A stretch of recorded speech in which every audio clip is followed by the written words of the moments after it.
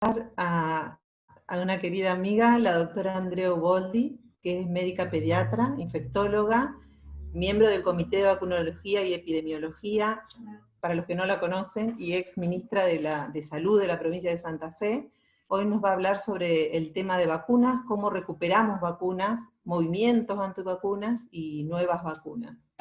Muchísimas gracias por estar con nosotros, Andrea. Muchas gracias.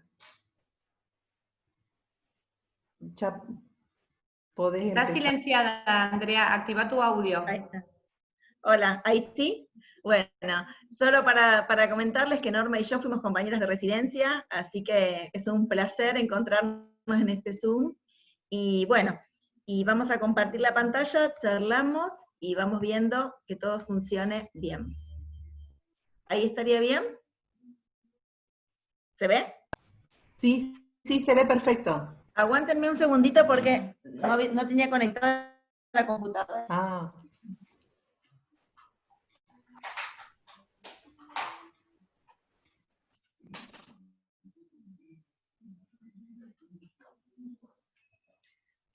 Ahora sí. Bueno, la charla está vinculada con los nuevos desafíos para pediatría en el ámbito de vacunas, y básicamente lo que me parece interesante, esperen que no pasa, es que estamos en un escenario de pandemia. Ahí se ve la segunda. Estamos en un escenario de pandemia y un poco hay una recomendación desde los organismos internacionales como UNICEF, OPS, OMS, también la Sociedad de Pediatría y distintas sociedades científicas, sobre seguir insistiendo con que la vacunación es una actividad esencial y cómo poder en este momento en los que estamos todos con todos los equipos de protección personal y con mucho miedo a esta nueva enfermedad, cómo seguir fortaleciendo la estrategia preventiva y recordar para eso cuáles son las ventajas o beneficios de vacunación vinculadas con cómo uno puede modificar una situación epidemiológica, digo, cómo puede uno cambiarla, tal es el caso, por ejemplo, de hepatitis A, cómo uno puede trabajar sobre reducir brotes, el ejemplo es la vacuna de coqueluche en embarazada y cómo se logró modificar la mortalidad y morbilidad en el niño pequeñito, cómo uno logra eliminar enfermedades, la alegría de haber eliminado el brote de sarampión en Argentina, cómo erradicamos enfermedades y estamos en curso ahora con el caso de polio, y también el aspecto individual de protección, pero también el aspecto colectivo que genera la posibilidad de que protegemos a otros cuando nos vacunamos.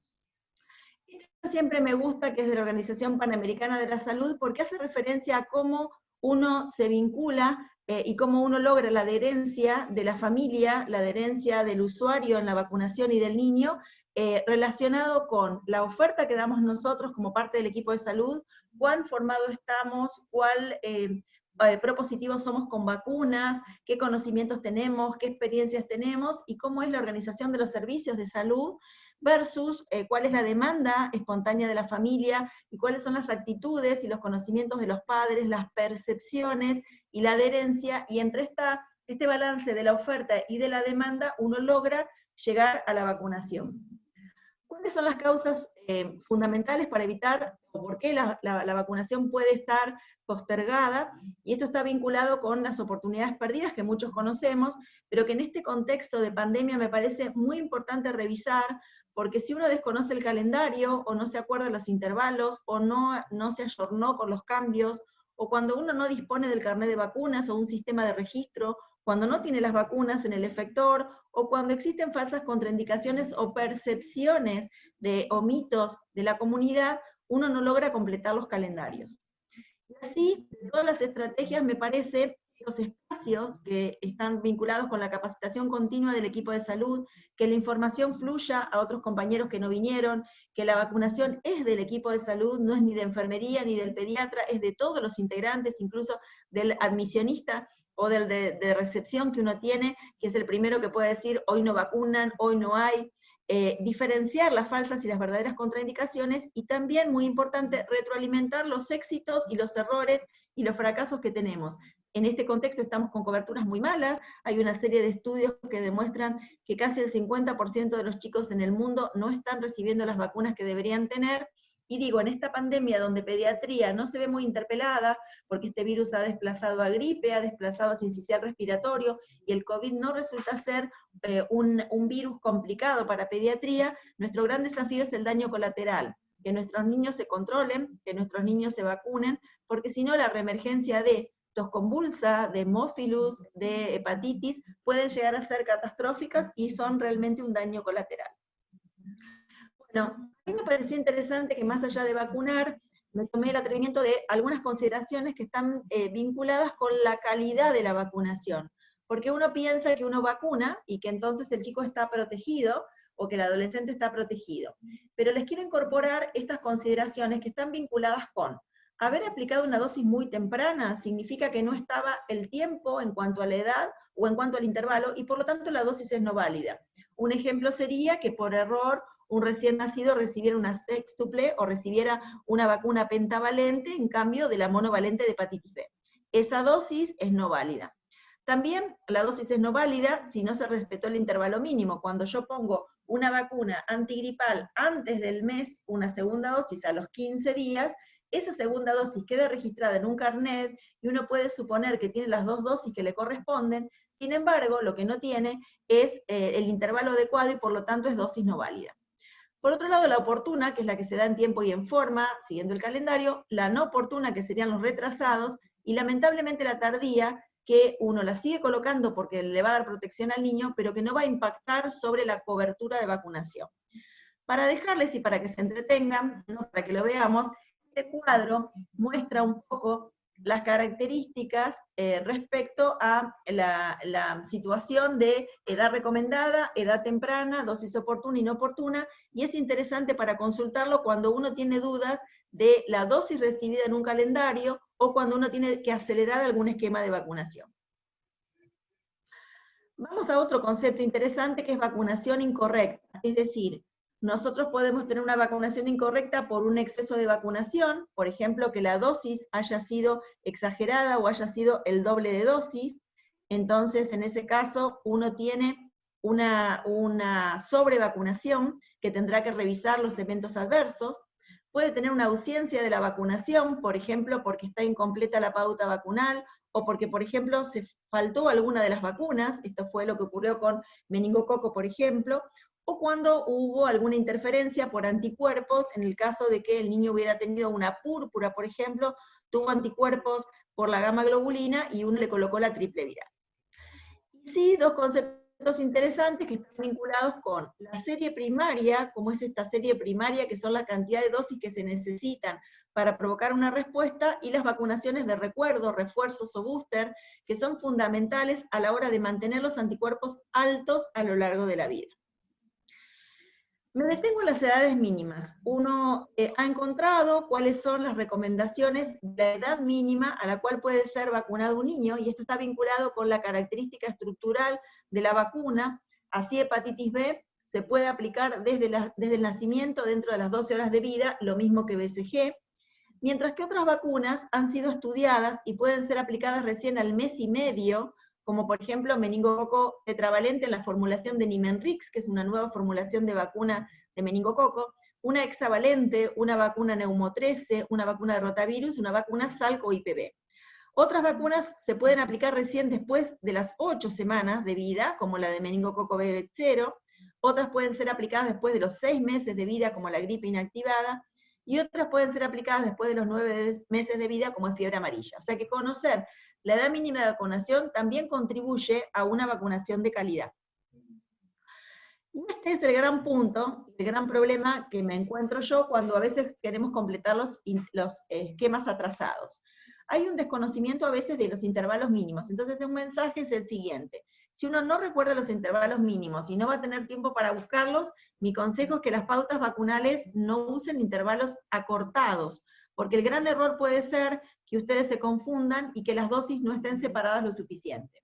Solo como una estrategia, les quiero contar que entre las primeras pentavalentes, el intervalo mínimo es un mes, y sin miedo uno puede, en un chico que viene a los 7 meses, hacer 7, 8 y 9, porque el intervalo mínimo es ese. Entre IPV o SALC e IPV es exactamente igual que pentavalente, puedo hacer 8, 9 y 10, una por mes, y los refuerzos en ambas vacunas son a los 6 meses de la última dosis. Entre rotavirus y rotavirus el intervalo mínimo es un mes. Lamentablemente esta vacuna no tiene posibilidad de recupero porque tiene dosis máximas, edades máximas de vacunación. Y quiero detenerme entre la vacuna de neumococo y la vacuna Menveo, que como utilizan un esquema 2+1, cuando yo utilizo un esquema acortado o abreviado de 2+1, el intervalo entre dosis es de 2 meses y del refuerzo es de 2 meses. En estas dos vacunas es el error mayor que estamos encontrando, sobre todo porque es difícil la pauta vacunal y porque por ahí se cometen errores. Con respecto a los intervalos mínimos, recuerden que si yo aplico la vacuna antes de tiempo, la dosis va a ser no válida y puede haber un incremento de evento adverso. Si yo aplico la dosis a tiempo superior que el establecido, no hay ningún problema, lo que sí dejo descubierto a la persona o al niño durante ese tiempo. Recordar el famoso periodo de gracia, que sirve por un consenso de expertos, en cuánto tiempo puedo adelantar una dosis de vacuna o una edad de vacunación en circunstancias extremas, por ejemplo, emergencias, viajes, cirugías, y que es de 4 días antes de la fecha prevista. Entonces, si un niño no viene a los 12 meses justos, pero vino 4 días antes de los 12 meses, es de buen criterio que lo podamos vacunar. Todos estos conceptos son interesantes porque ahora nos vamos a encontrar con una población que tiene mucho miedo de concurrir a los efectores de salud, que tiene mucho miedo de concurrir a control. Entonces, si uno no tiene mucha claridad con estos conceptos, pierde oportunidades en postergar vacunación cuando quizá aplicando intervalos mínimos o aplicando estos conceptos de periodo de gracia puede lograr la pauta vacunal mucho más rápido. Bueno, las contraindicaciones ustedes las conocen, me parece que como una autocrítica, nos estamos dedicando muchas veces a evaluar qué tiene la persona o el niño que le contraindique la vacuna. Antes vacunábamos como más libremente, pero ahora pensamos, ¿y si es alérgico a la proteína de la leche de vaca? ¿Y si tuvo una reacción previa? ¿Y si quizá vomitó? Entonces, recuerden que la contraindicación implica que el balance es negativo, es decir, que la vacuna lo puede lastimar o le puede hacer un evento adverso, mientras que la precaución es una situación particular que condiciona un incremento quizá de un evento adverso. Y que las contraindicaciones pueden ser estáticas, es decir, que pueden ser contraindicaciones de por vida, como puede ser una anafilaxia en un caso, o bien contraindicaciones temporales. Está contraindicada la vacuna a una edad porque el niño es muy pequeño, está contraindicada una vacuna viral atenuada porque está embarazada, o está contraindicada una viral atenuada porque en este momento la vacuna no se puede aplicar porque el individuo o la persona tiene una condición, por ejemplo, de inmunocompromiso transitorio. Bueno, rápidamente listo acá todas las contraindicaciones que son consideradas a veces como contraindicaciones verdaderas y son falsas. Los niños se pueden vacunar con fiebre, se pueden vacunar tomando antibióticos, se pueden vacunar si son prematuros. Este conflicto que a veces ocurre con las parálisis cerebrales o los síndromes de Down, se pueden vacunar cuando no tengo el DNI, se pueden vacunar cuando no tengo el registro, con antecedentes de convulsiones o alergias. Y bueno, teníamos el famoso tema del contacto domiciliario de inmunocomprometido con la vacuna Sabin, que ahora al haber hecho el cambio del calendario, como vamos a ver, todo en IPV, ya ustedes no tienen que tener ningún riesgo. Con respecto a las absolutas, marco la anafilaxia severa a una dosis previa, de modo que una primera vacuna, por ejemplo, no tiene mayor complicación, y la enfermedad moderada grave, que en realidad uno considera que un niño que se encuentra cursando una enfermedad muy grave no se vacunaría, pero en el ambulatorio, si está llegando al centro de salud o al hospital, o a algún efector vacunatorio, la verdad que podría vacunarse tranquilamente.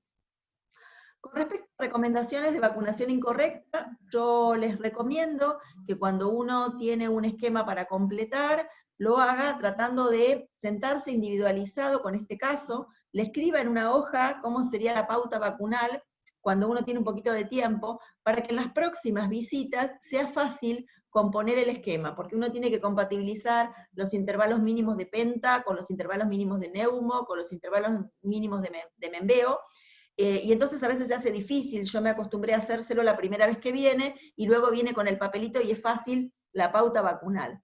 Por otro lado, que también es importante que tratemos de poner todas las vacunas juntas y con un espíritu propositivo, convenciendo a la madre que lo protegemos ahora, porque es muy difícil seleccionar de qué lo quiero proteger y hacernos responsable de protegerlo de algo que quizá a futuro puede ser un problema. Y si la vacunación tiene dosis previas, este es el desafío mayor, porque no hay que reiniciar los esquemas, pero hay que posicionarse en la edad que tiene en este momento para completar el esquema, contando a veces las dosis anteriores, pero sobre todo céntrense en la edad que tiene ahora para completar la pauta vacunal, si no es muy difícil. Por ejemplo, si un niño viene y recibió una Prevenar a los 2 meses, pero ahora viene con 2 años, directamente la dosis que necesita es una única dosis a los 2 años, pero no necesita más dosis como si se hubiera vacunado a los 2 meses. Recuerden que cuanto más grandes son los niños, menos son las dosis que necesita, porque el sistema inmune está mucho más protegido y desarrollado. Bueno, aquí les presento el cuadro actual de todas las incorporaciones a calendario, donde ustedes ven en el último cuadro, sobre todo las incorporaciones de meningococo y la restitución de la vacuna para los niños de 11 años, y el cambio en verde de la incorporación o el cambio de la vacuna Sabin por vacuna Salk en una pauta de 4 dosis que ahora un poco las vamos a ver. Estos cuadros solo les cuento que se los dejé, y se llaman cuadros de recupero, y entonces uno se puede pensar si el chico viene con 3 meses y no tiene las vacunas de los 2 meses, o si tiene las vacunas de los 2 meses pero no tenía las vacunas, por ejemplo, de membeo. Es un cuadrito que les va a figurar en el material como recupero, y permite posicionarse de acuerdo a la edad que viene el niño, y que ustedes evalúen si están en la categoría de que tenía todas las vacunas, de si tenía algunas vacunas y le faltó otra, si no tenías estas vacunas, y cómo armar la pauta vacunal para orientarlo. Bueno, dentro de los cambios de calendario, que es uno de los temas que vamos a dar, está vinculada la necesidad urgente de evitar la posibilidad de que un niño que reciba vacuna Sabin oral pudiera desarrollar una forma de parálisis asociada a la vacuna. Así que Argentina se vino dando un desarrollo de cambios en la vacunación. Recuerden que hicimos la vacunación primero con un secuencial, 2 vacunas IPV o Salk para polio, y luego completábamos con Sabin oral. Sin embargo, aunque las coberturas no son tan buenas, se decidió este cambio de vacunación aún en el marco de la pandemia para lograr que todos los niños reciban una vacuna inactivada. Cuando uno utiliza la vacuna inactivada, se tiene que acordar que es una vacuna trivalente, la IPV, polio 1, polio 2 y polio 3, que es una vacuna que tiene inmunidad sérica sobre todo y algo de inmunidad intestinal, pero que en principio no tiene interferencia con otros virus que teníamos en la mucosa intestinal. Por eso cuando usábamos vacunas Sabin se requerían 5 dosis, porque había interferencia en los países subtropicales o tropicales de otros virus intestinales, mientras que cuando uno utiliza 4 dosis con vacuna inactivada, la inmunogenicidad es muy buena. Aquí Argentina tenía que definir si la dosis cuarta la ponía a los 15, 18 meses o la ponía al ingreso escolar. Lamentablemente la pauta de los 15, 18 meses es la peor cobertura que tenemos. En ese momento se puso varicela a los 15 meses con la idea de levantar o mejorar la cobertura, cosa que no ocurrió. Así que en un consenso de expertos en la Comisión Nacional de Inmunizaciones se definió el ingreso escolar, también pensando que el niño es más grande, para no tener tantos pinchazos a los 15, 18 meses, cuando coinciden también con antigripal. Así que se definió la pauta a los 2, 4, 6 meses de vida, con un único refuerzo de IPV al ingreso escolar. Aquí entonces el cambio del calendario indica que si uno inicia el esquema, hace las 3 dosis con IPV, y el refuerzo es a los 5 o 6 años, y suspendemos entonces la vacunación Sabin y se suprime el refuerzo de 15 a 18 meses. Cuando trabajamos por la cantidad de dosis, hasta los niños de 6 años, 11 meses y 29 días, el esquema es de 3 dosis, separadas por un mes como vimos, y un refuerzo que se va a dar al ingreso escolar, o si el niño viene muy atrasado, a los 6 meses de la última dosis. Y cuando lo comenzamos a vacunar entre los 7 años y 18 años, Argentina puso como límite de edad 18 años, si ustedes le ponen a un chico de 19 o de 20 años, no pasa nada, pero Argentina considera la edad máxima para aplicar IPV 18 años en calendario. Son 2 dosis separadas por un mes y un refuerzo a los 6 meses. Aquí el esquema es exactamente igual al de hepatitis B o al de doble adultos. Las dosis entre sí, el intervalo mínimo son 4 semanas o un mes, y el refuerzo siempre es a 6 meses de lo anterior. Situaciones particulares, aquí tenemos ahora los inmunocomprometidos, mucha tranquilidad, porque los convivientes de inmunocomprometidos y los pacientes inmunocomprometidos van a recibir IPV, y en aquellos que hubieran hecho un tratamiento inmunosupresor o que han hecho un trasplante, cada vez esta patología la vamos viendo más frecuente en pediatría, se trabaja con 6 a 12 meses post-trasplante, por supuesto hablando con el equipo tratante, 3 meses después de finalizada la quimioterapia, 1 mes después de corticoides sistémicos, o 1 mes de radioterapia total. Recuerden que es una vacuna inactivada y entonces aquí ya no tenemos ninguna dificultad con su utilización. Bueno, el segundo punto que quiero mencionar es la pentavalente, que no hay cambios, pero recuerden que esta vacuna pentavalente reemplazó a la cuádruple y es una vacuna celular, y esta sí va a tener que seguir aplicándose entre 15 y 18 meses, así que un llamado de atención es, cuidado que levantamos la Sabin, pero no levantamos el refuerzo de quíntuple celular. Por otro lado, con esta celular a veces tenemos algunos eventos, como son fiebre muy alta de 38-39, como irritabilidad o llanto continuo de 3 horas o más, convulsiones febriles o afebriles, y el episodio tan temido de hiporrespuesta, hipotonía, que ocurre en aproximadamente 1 de cada 1000 o 2000 vacunados. Entonces, son precauciones estos cuadros de fiebre muy alta, de síndrome de hipotonía por respuesta, de llanto o de convulsiones. En general, por lo menos en nuestra provincia, lo que nosotros hacemos es el ESAVI, el evento supuestamente atribuible a vacunación e inmunización, y pedimos al Programa Nacional el cambio a una sextuple, porque básicamente los eventos que ocurren están vinculados con el componente de pertussis entero, y por lo tanto es de buena práctica pasar a un componente de una vacuna inmunogénica igual, pero con menos reactogenicidad. Sin embargo, para contarles que hipotonía por respuesta es un evento que se presenta dentro de las 24 horas, siempre asociado generalmente a la primera dosis, el 80% requiere consulta médica, muchos de estos niños incluso reciben instrumentación como hemocultivos y punción lumbar, porque pensemos en un niño de 2 meses que queda como casi muerto por la flacidez de la hipotonía, y muchos de ellos se internan, y no hay evidencia de que quede ningún tipo de secuela, y que no hay evidencia de que la segunda dosis se pueda compartir igual.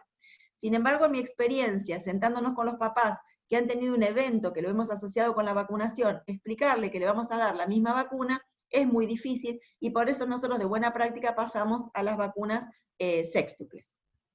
Bueno, ahora, cuando hay una contraindicación para el uso de pentavalente por el componente pertussis, que es una reacción anafiláctica al componente o una encefalopatía, la contraindicación es válida para las vacunas que tengan pertussis enteras y pertussis acelulares.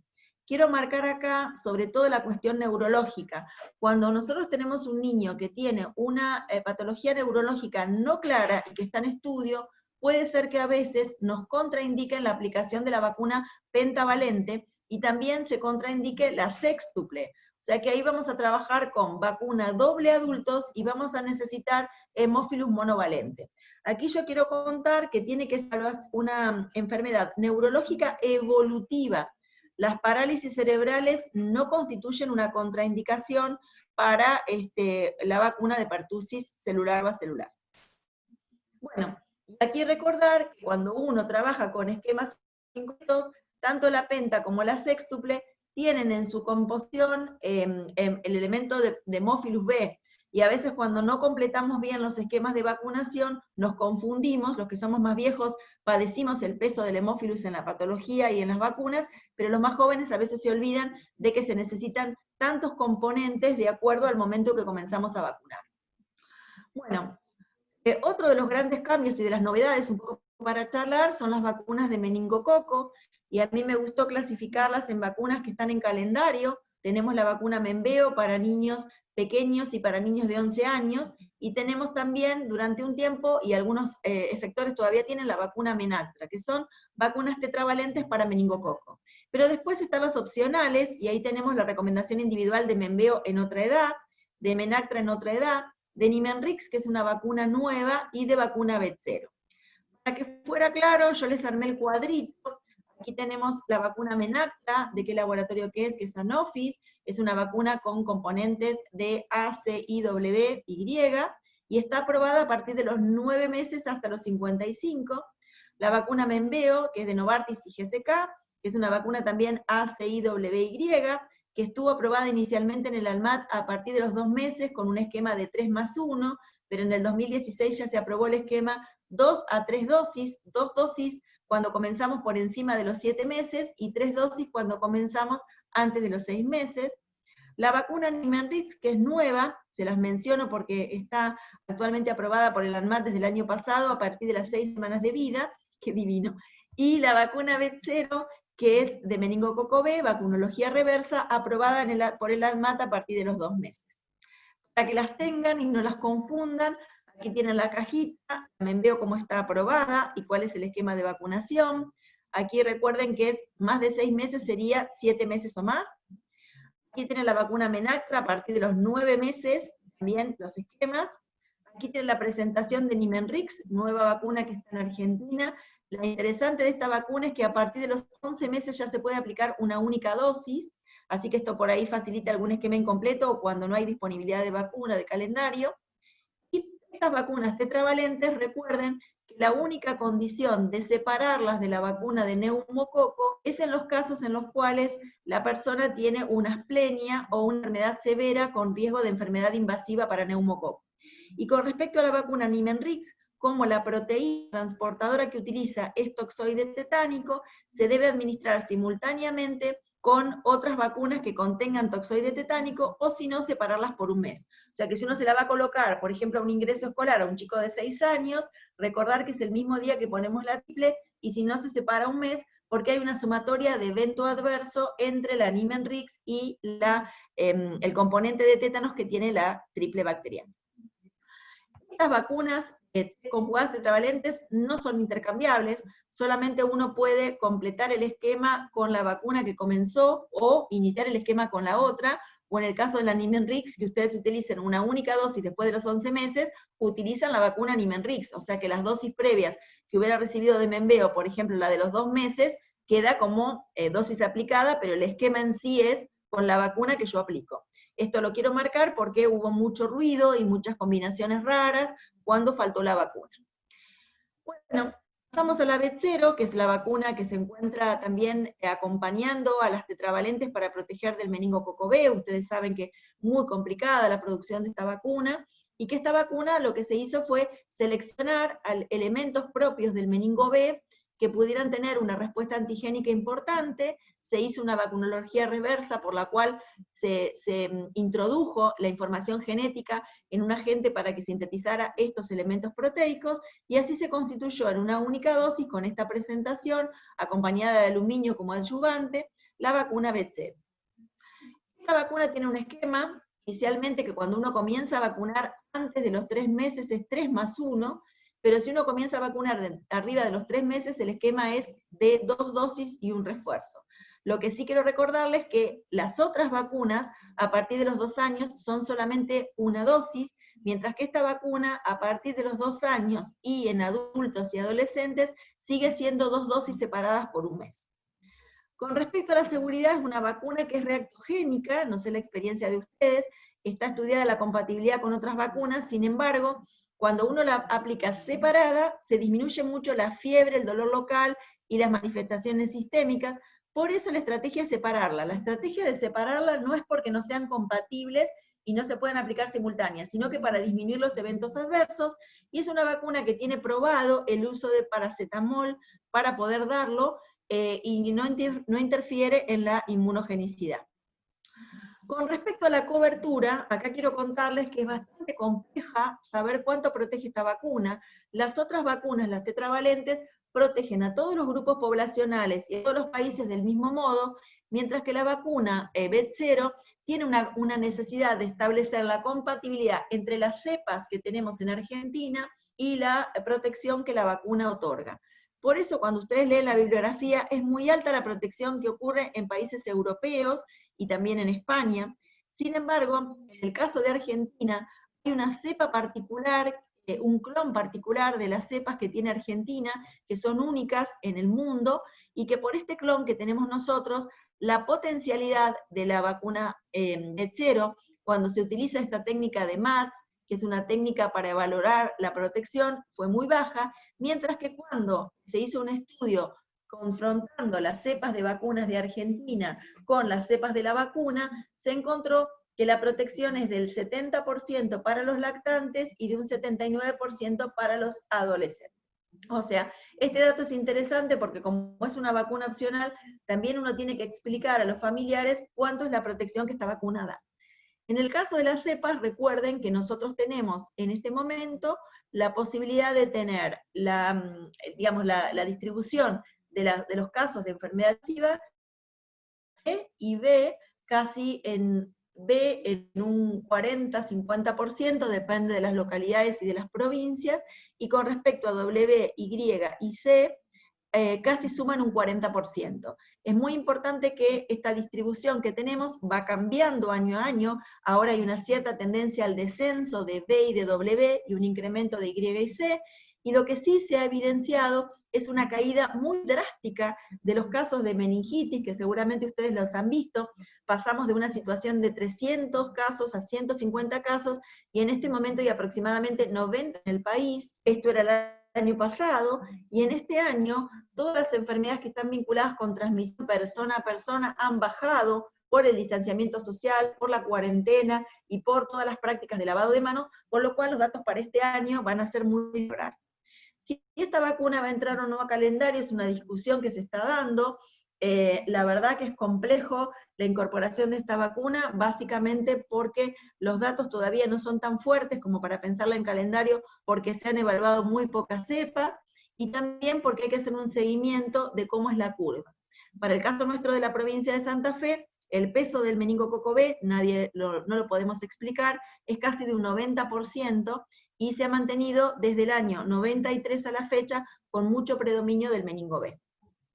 Bueno, es interesante que cuando uno complete estos calendarios, cumpla estrictamente las pautas, los intervalos mínimos, distinguir las verdaderas contraindicaciones de las no contraindicaciones, no retrasar los esquemas de vacunación, conocer circunstancias especiales, las cuales se puede modificar el calendario vacunal.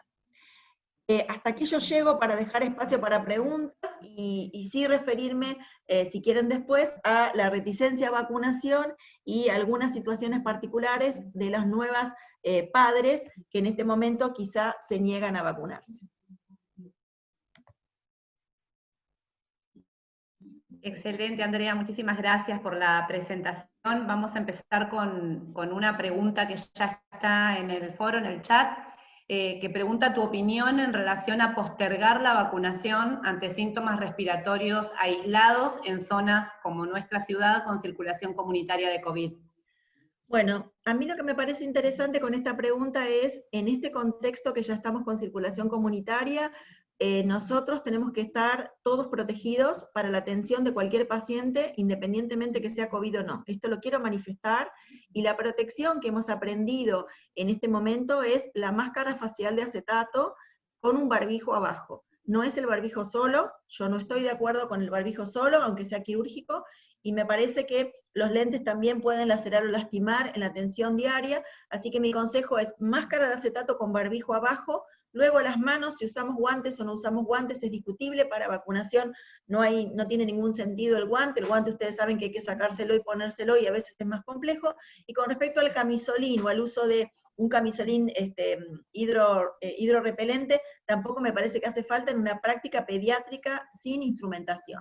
Así que el primer mensaje es estar protegidos. El segundo mensaje es tener un área en donde nosotros sectoricemos si es posible hacerlo o no, en un horario o con un turno o con un WhatsApp al centro de salud o al vacunatorio. Y el tercer punto es, ¿cuál sería la dificultad de vacunar, cuál sería la contraindicación de vacunar a un niño si luego a las 48 horas debuta con un COVID?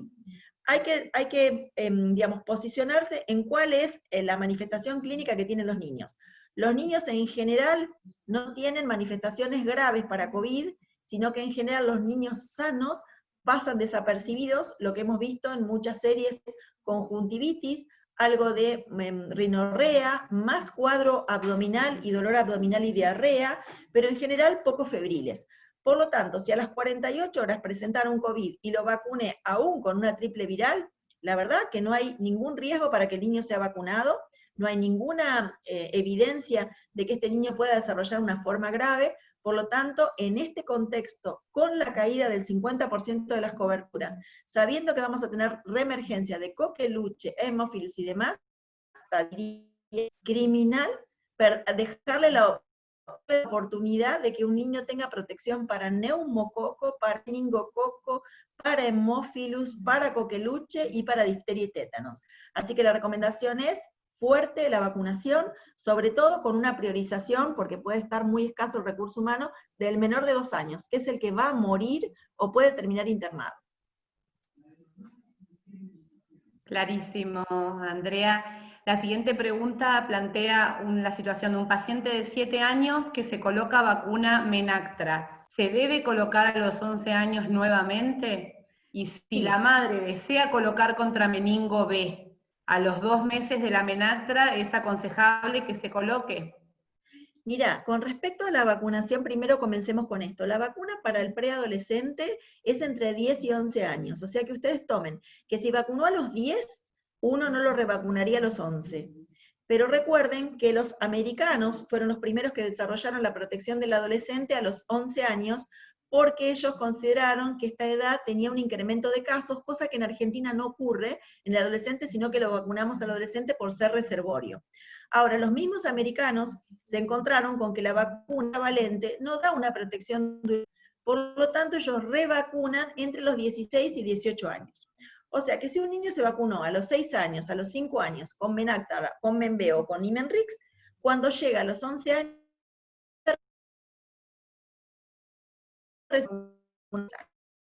con respecto a la vacunación B0, uno puede aplicarla junto con Menactra, no hay ningún problema, puede aplicarla a la semana de Menactra, a las 48 horas de Menactra, no hay ningún intervalo que respetar entre B0 y Menactra. Menactra no es una vacuna, ni Menactra, ni Imenrix, ni Menveo, son vacunas reactogénicas, o sea que uno puede aplicar juntos esta vacuna tetravalente con la B0. Lo que uno trata de separar es la B0 de aquellas vacunas que sean reactogénicas, que son las que tienen el pertussis. Entonces uno trata de separarlas de la pentavalente, de la triple bacteriana, de una triple bacteriana, si uno vacunara a un chico de 11 años. Y solo un elemento interesante, recuerden que las vacunas tetravalente de meningococo tienen efectos sobre la aportación, o sea que uno vacuna a un adolescente para cubrirlo y también para evitar que otros se contagien. Mientras que la vacuna B0 no tiene efectos sobre la aportación, o sea que cuando uno vacuna a adolescentes, los vacuna a ellos por ellos en sí. No es que por vacunar a adolescentes con B0 yo voy a lograr cambiar el escenario de los lactantes. ¿Se comprendió? Perfecto, Andrea. Preguntan ahora entonces por un niño de la corte de 2009 que recibió una dosis de Menactra a los 4 o 5 años. ¿Debe recibir la dosis de los 11? Exacto. Entiendo lo que planteabas recién. Exacto, o sea, cuando el niño recibió una vacuna antes de los 10 años, como la edad es digamos, en la preadolescencia, que es 10-11, lo mismo que pasa con, por ejemplo, no pasa con otras. Con estas, la recomendación es que uno le aplique la dosis a los 11 años, porque estas vacunas todavía no se conoce la duración de por vida, y hay una idea de que son necesarios los refuerzos.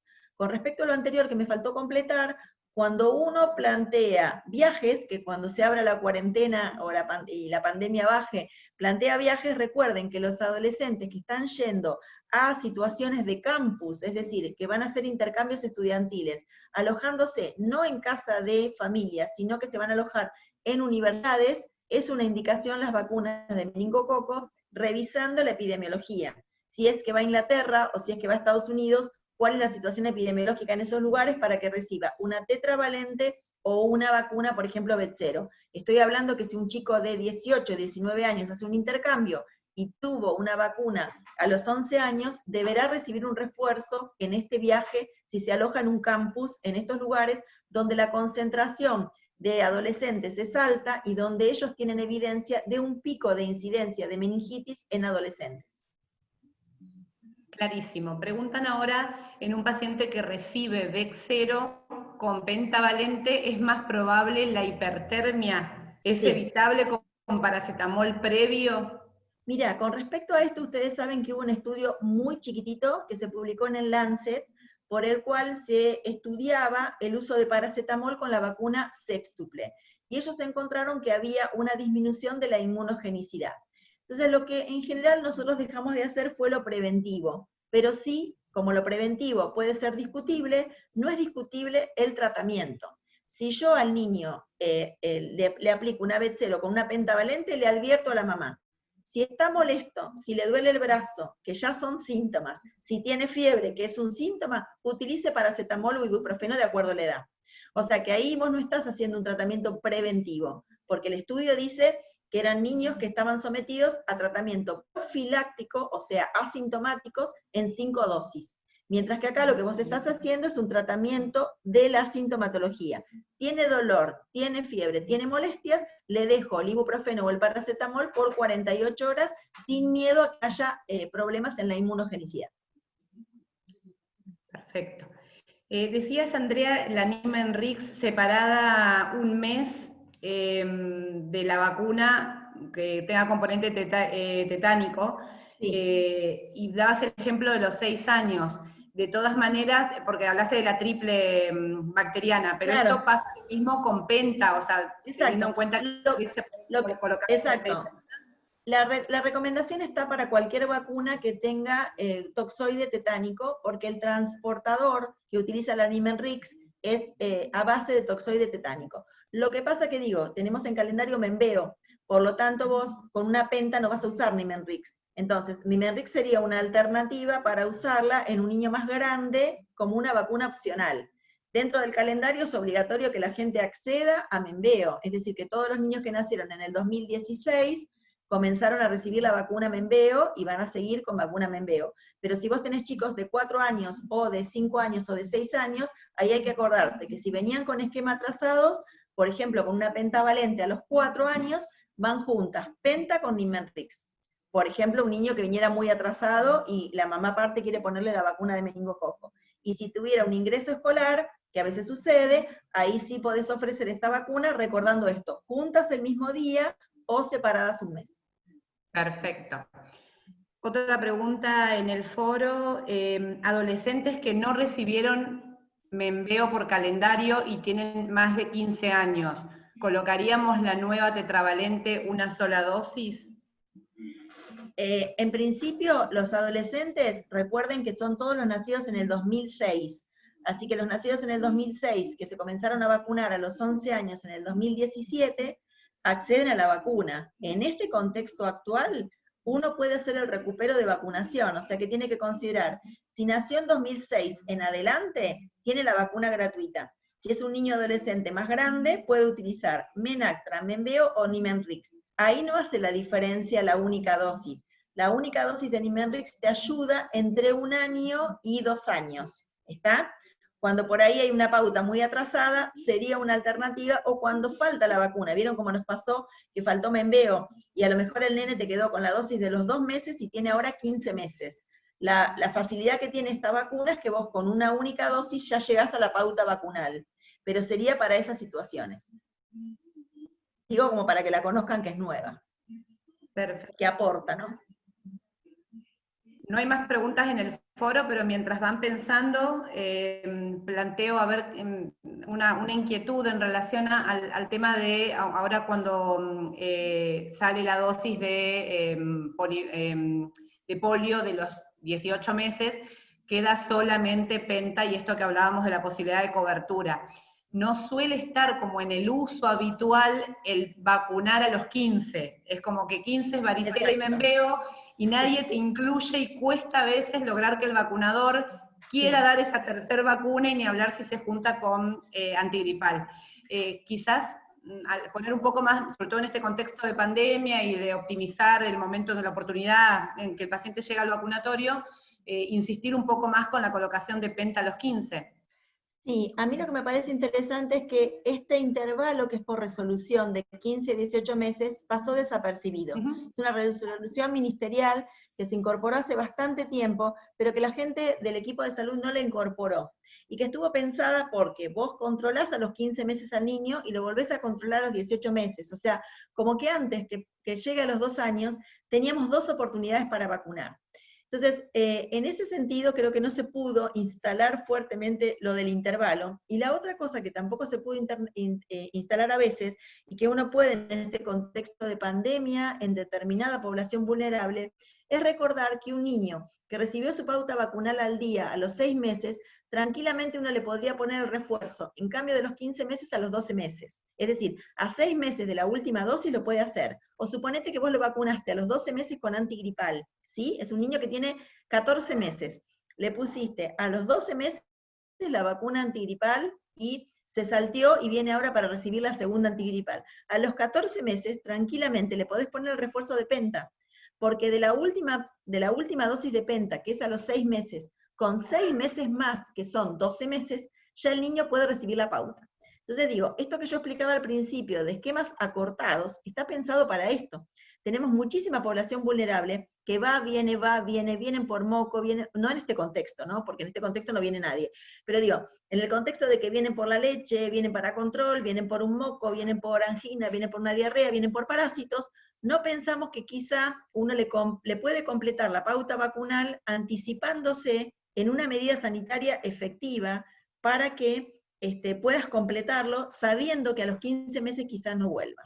Entonces, entre los 12 meses en adelante, uno pudiera poner ese refuerzo. No digo que cambiemos el calendario, pero digo, hay muchas situaciones de mamás con muchos niños que quizá adelantando esa pauta vacunal, o que a lo mejor ustedes hacen algún trabajo en la isla o en algún otro lugar rural, uno puede completar la pauta vacunal sin miedo, porque científicamente está correcta esa vacunación. Ahora, para animarse a hacer esas cosas, hay que conocer los intervalos mínimos, y hay que conocer mucho de vacunas, porque si no, no mete la pata. Capaz que por buena onda lo quisiste vacunar, y el chico había recibido su última dosis a los 12 meses, y ahí te quedó a los 14, 2 meses, una penta de la otra, ¿no? Y ahí no va. ¿Está? Bien, perfecto. Y con respecto a esto, por ahí una cuestión más operativa, Andrea, pero que uno a veces escucha con esto de cuando uno quiere adelantar lo que en realidad el vacunador general dice, le están adelantando la dosis, acortando el esquema, y una de las cosas que suelen plantear en lo operativo, en el día a día, es que no les permite la carga en el CISA. Bueno, eso es terrible. Esto es terrible, porque digo, lo que uno tiene que poder trabajar con los equipos es lo siguiente.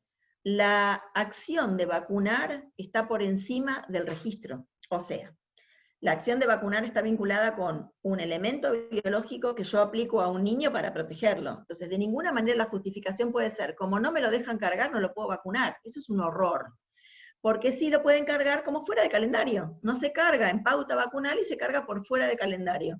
Y van a quedar algunos más por fuera de calendario, pero en definitiva, quien hace la estadística final tiene que ser lo suficientemente inteligente para sumarlo por fuera de calendario para sacar la cobertura. Lo que uno nunca puede obviar es la necesidad de protección de un niño. Un niño tiene que ser protegido, o un adolescente o un adulto, por encima de un registro. El registro es complementario, pero de ninguna manera por un obstáculo en el registro uno deja de vacunar a un niño.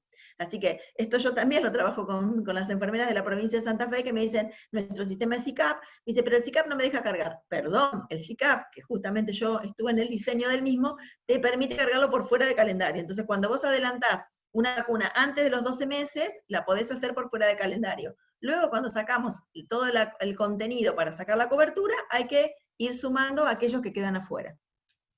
Tal cual. Andrea Castro nos comparte desde otras zonas de Entre Ríos también esto, ¿no? Que les pasa la misma realidad de que si tienen el control de salud un día antes de la fecha, y bueno, no se toma esto del periodo de gracia y no le permiten vacunar con la justificación de que el registro no lo toma, y que bueno, considera que hay que insistir como lo estás transmitiendo, sí, Andrea. Me parece que hay que insistirlo con capacitación y con información. Ustedes recuerden que cuando yo, que soy muy grande ya y muy vieja en vacunas, cuando comencé todo lo de vacunas era muy dogmático y muy rígido. A nadie se le ocurría preguntar el por qué yo podía adelantar o no adelantar. Digo, yo me recuerdo durante mucho tiempo estuve en el vacunatorio del Hospital de Niños y la gente venía con el niño cumpliendo el año para las vacunitas del año. El día del cumpleaños venían. Porque el equipo que teníamos nosotros en el vacunatorio, que eran maestras y supervisoras de escuelas, les habían dicho a la mamá que justo el día del año tenían que venir. Yo decía, pobrecitos, porque me los traen justo para cumplir años y los recontra pinchábamos. Pero digo, este concepto de pensar que la inmunidad es solo el día del cumpleaños, del año, y que no puede ser uno ciertamente flexible, hay que trabajarla y hay que convencer. Yo digo, mucha de la cobertura mala que tenemos está vinculada con lo rígido que somos, con los conceptos erróneos que a veces tenemos, y no entender cómo le podemos hacer a la gente la vida más fácil. Porque a la gente le hacemos ir y venir 500 veces, porque hoy no te toca, porque en el carnecito está el lápiz que te toca dentro de tal día, al propio equipo de salud, vos a veces le tocaba la hepatitis dentro de 3 días, y no, vino hoy, no, pero yo hoy estoy de guardia, podría aprovechar, no, te faltan 3 días para la vacuna. Y en realidad cuando uno revisa o tiene esas grillas para ver los intervalos mínimos y demás, tiene que mantenerse como más fluido.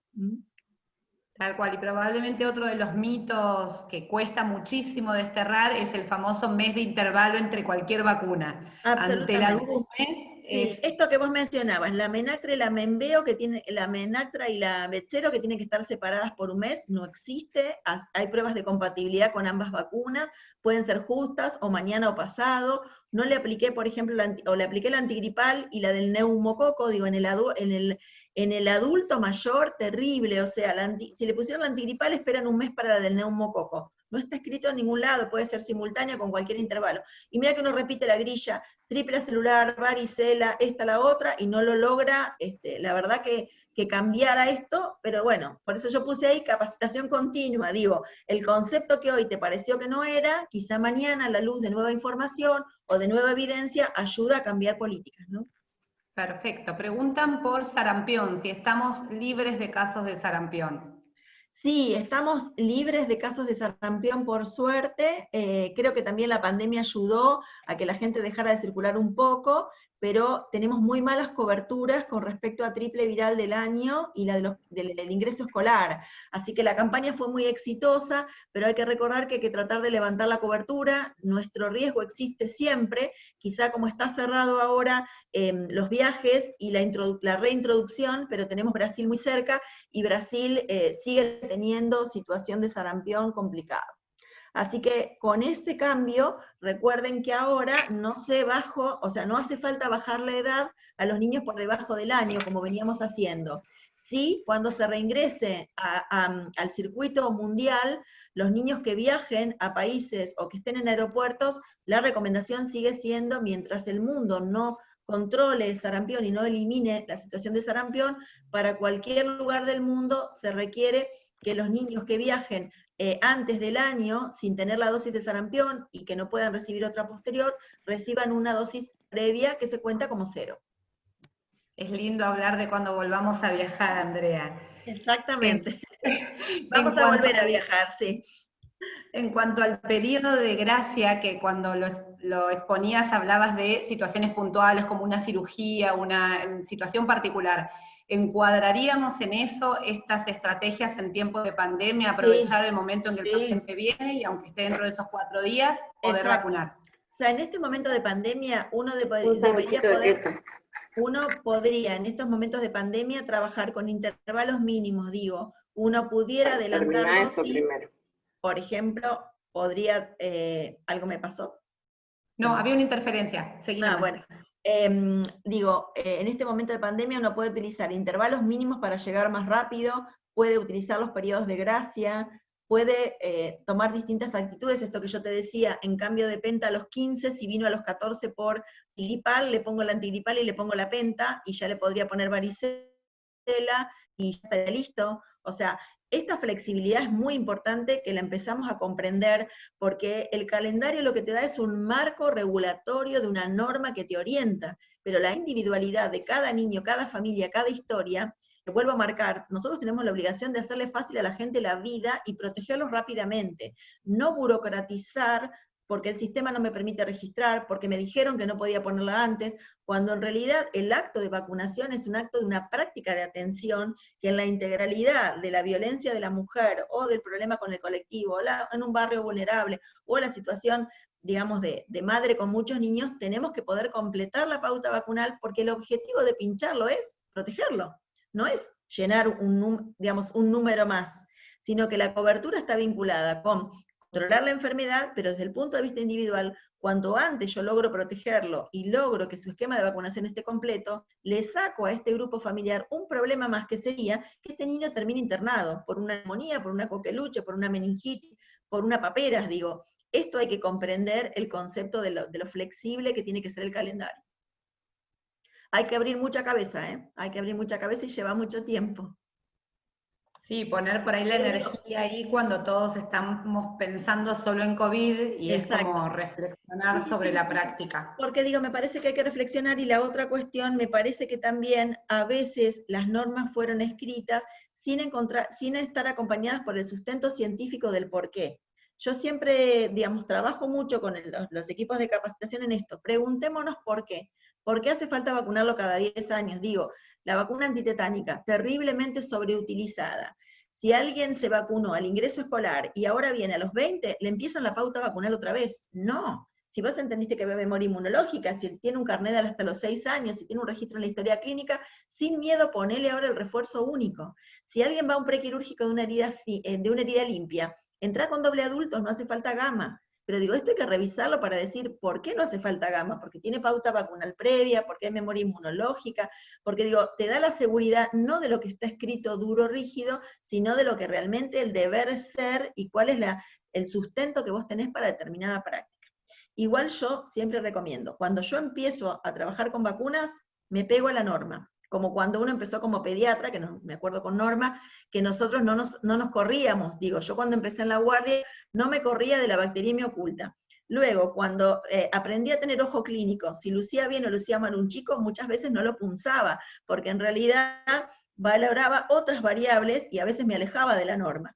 Pero digo, la verdad que es complejo, pero digo, al principio uno se pega a la norma y luego cuando uno va creciendo y va conociendo y se va metiendo en el proceso integral de atención, porque digo, no es la vacuna sola, es todo lo que significa para una persona llegar a un lugar, o todo lo que nos significa nosotros seguir a un lugar, tener pacientes, o para controlar o para acompañar una estrategia preventiva. Totalmente. Preguntan si podrías, Natalia nos pregunta si podrías explicar, Andrea, la importancia de la primer dosis y las siguientes, y la importancia de insistir en la vacunación de la embarazada, en forma general de todas las vacunas. Sí, con respecto a las primeras dosis, ustedes saben que las primeras dosis son las que necesitan un tiempo para que el sistema inmune las procese. Entonces, las primovacunaciones necesitan de 10 a 14 días, es decir, que uno necesita ese tiempo para que las primeras dosis puedan provocar un impacto sobre la colaboración linfocito T, linfocito B, y que te quede la memoria.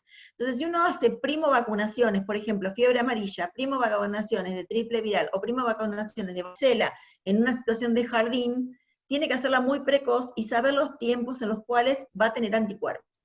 Los booster o refuerzos o recuerdos logran despertar las células de memoria y en el mismo día tenés anticuerpos altos. Entonces, por ejemplo, si un niño que va a un jardín recibió la vacuna de varicela a los 15 meses y ahora tiene 3 años, y en el jardín hay muchos casos de varicela, y la mamá quiere evitarle la varicela y le quiere poner una segunda dosis de varicela, no importa el tiempo que transcurrió entre los contagios, porque este booster que vos vas a poner, en 24 horas va a levantar anticuerpos. Ahora, si fuera una primovacunación, yo no llego a tiempo, porque si no pasan 14 días, no llego a tiempo para generar la respuesta inmune que lo proteja frente a la enfermedad que ya lo contagió. Entonces, cuando uno trabaja con tétanos para cirugías, cuando trabaja con viajeros para el exterior, cuando trabaja con primovacunaciones como triral, varicela, tiene que recordar que la primera dosis necesita un tiempo, pero que los booster o recuerdos son necesarios para mantener títulos altos de anticuerpos a lo largo de la vida. ¿Sí? Excelente. Preguntan ahora en qué caso se indica la Neumo 23, porque junto con la antigripal este año por la pandemia todo el mundo se quería poner antineumocóxica y Neumo 23. Primero me parece que hay un error importante con el uso de la 23 valente en pediatría. O sea, la edad condiciona el riesgo de neumococo en el niño sano. Un niño sano tiene riesgo de neumococo cuando es menor de 2 años, más riesgo de bacteriemia oculta, de neumonía con supuración pleuropulmonar, con meningitis, con artritis y demás.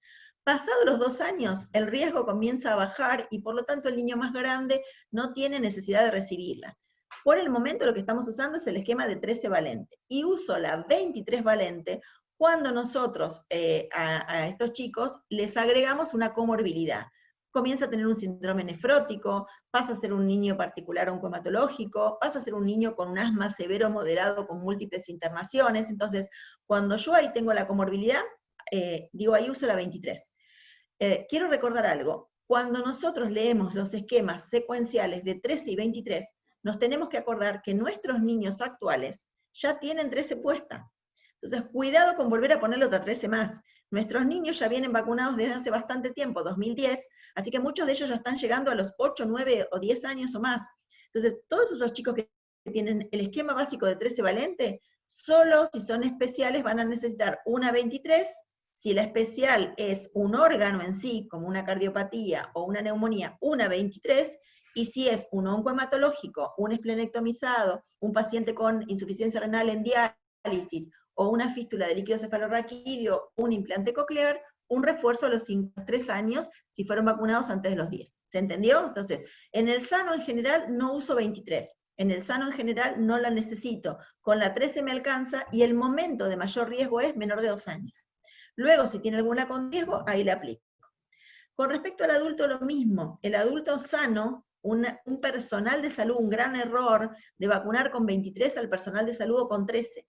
El personal de salud sano no tiene que vacunarse con 13 o con 23. Podemos discutir un personal de salud que tuvo neumonías a repetición, un personal de salud que terminó en terapia. Digo, quizá un personal de salud ahora en el marco de la pandemia que terminó internado en terapia con COVID, quizá yo valoro ponerle la 23, porque digo, su pulmón quedó con cierta lastimadura que no podré valorar dentro de un tiempo a la luz de una tomografía y le podría ofrecer una 23 si sigue trabajando en área crítica, porque tuvo una intervención grave y por lo tanto la neumonía grave se comienza a valorar como una posibilidad de considerar las vacunas de neumococo. Pero personal de salud sano no requiere vacuna de neumococo. ¿Está? O sea que esto que le hacemos el favorcito de ponérsela no está bien. Lo mismo en el adulto se ve mucho la revacunación. Todos los años con antigripal y neumococo, anualmente. Eso es terrible. Yo tuve la consulta una vez de una señora que tenía 8 dosis de 23 valente, y la verdad que tenía una por año. Y esto es interesante, dos variables. Una, las vacunas polisacáridas generan tolerancia, por lo tanto los anticuerpos son más bajos con cada nueva vacunación, y la otra, los fenómenos locales y sistémicos. Atenti, porque la gente que tiene niveles altos de anticuerpos para neumococo, cuando yo lo estimulo con una nueva vacuna de neumococo, produce reacciones locales casi celulíticas del brazo, acompañadas de fiebre y dolores articulares, que son reacciones ARTUS. Se pegan los anticuerpos que ya tenía al antígeno del neumococo y ocasiona fenómenos importantes, incluso de lesiones hasta necróticas en el brazo. Así que digo, uno tiene que poner la vacuna cuando corresponde, porque si algo ocurriera, la verdad que no hay un aval para decir que uno tiene que vacunarlo. Y cuando el beneficio es más efecto adverso y menos anticuerpos, la verdad que está mal. La realidad es que uno ve en los centros de salud pacientes que vienen derivados por su médico de cabecera. Exacto. Con la indicación de aplicación, y cuesta mucho explicarle a la gente o contradecir la postura del profesional que los envió. Lo mismo Exacto, ahí a mí me parece que siempre insistimos con enfermería que uno es responsable del acto de vacunación. Por más que venga con una receta, si la receta está equivocada, yo soy responsable. Y en algunos casos nos hemos puesto muy firmes hasta a explicarles que desde el punto de vista legal soy responsable. Si una persona tiene una necrosis del brazo e inicia un juicio, voy a ser culpable también yo como enfermera por haber aplicado una vacuna que la norma nacional decía que no había que aplicarla.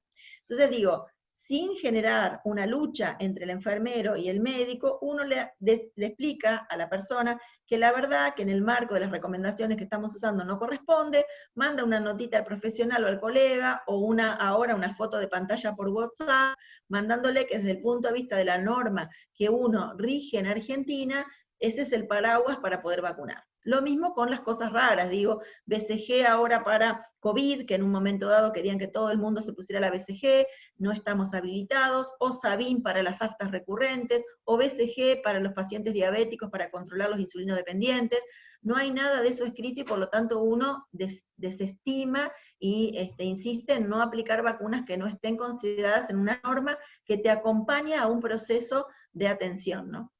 Sobre el mismo tema preguntan, ¿qué mal le hace al personal de salud sano recibir la 23 valente?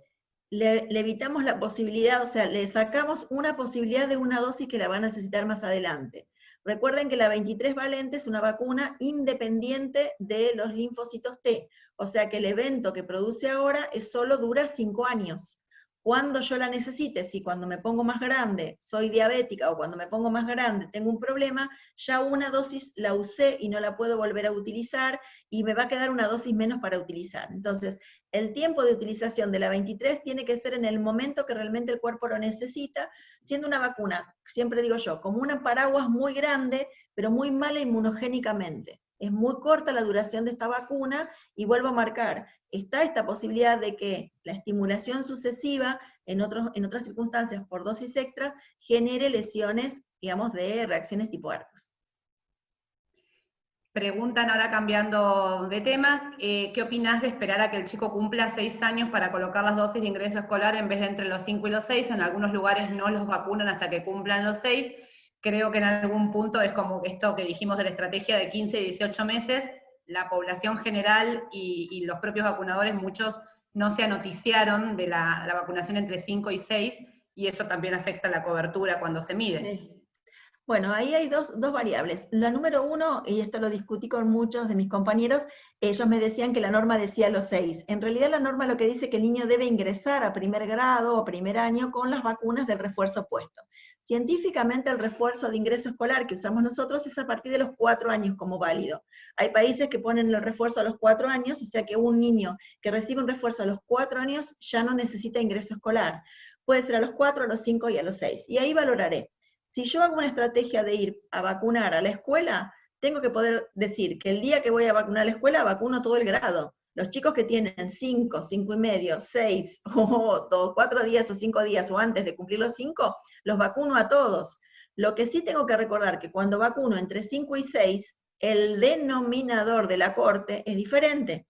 Porque si yo vacuno 5 y 6, voy a tener una cobertura del 100 y pico %, que no es real, porque tengo que sumar que estoy vacunando a los nacidos que tienen 5 y a los nacidos que tienen 6. Entonces corrijo el denominador, que eso es una tarea no del vacunador ni del centro de salud, sino que del nivel central.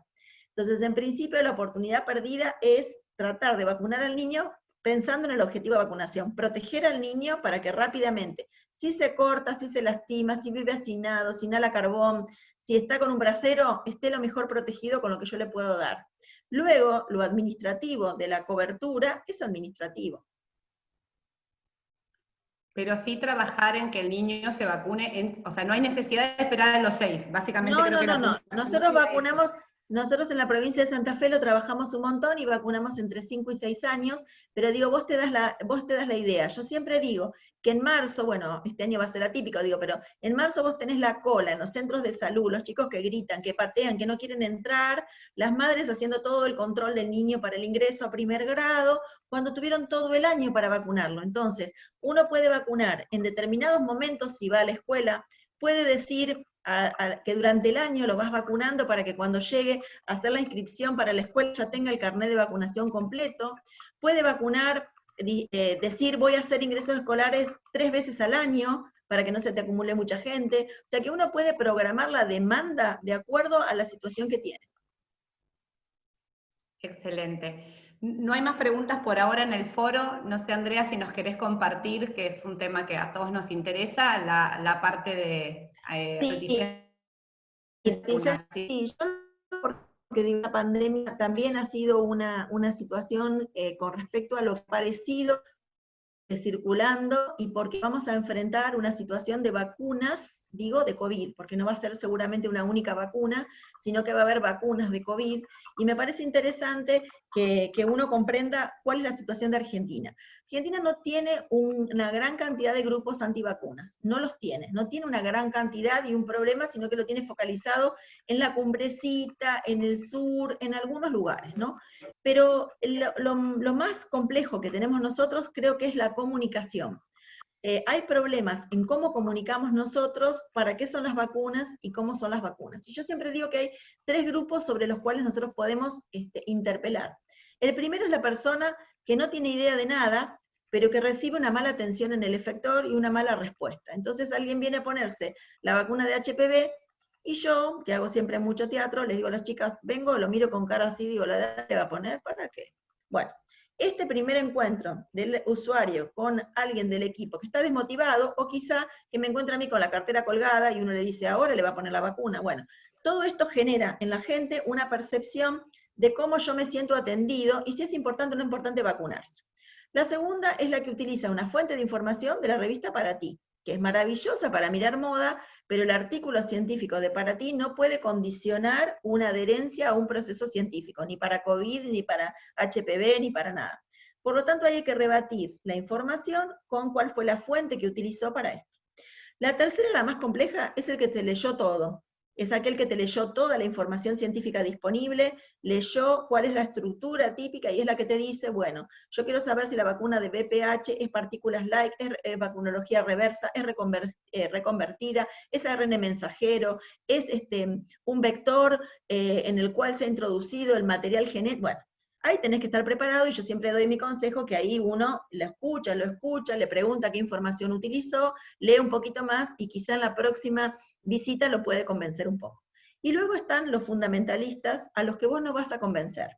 Ni los que no, ni que son veganos extremos, yo soy ovo-lacto vegetariana, pero no soy fundamentalista, digo, al vegano extremo que todo está mal los que comen carne, al que tiene un fundamentalismo con el medio ambiente, que todo lo que ocurre en el medio ambiente ocasionará cáncer, a aquel que cree que las vacunas matarán a todos, digo, y entonces hay que poder trabajar sobre los primeros tres grupos.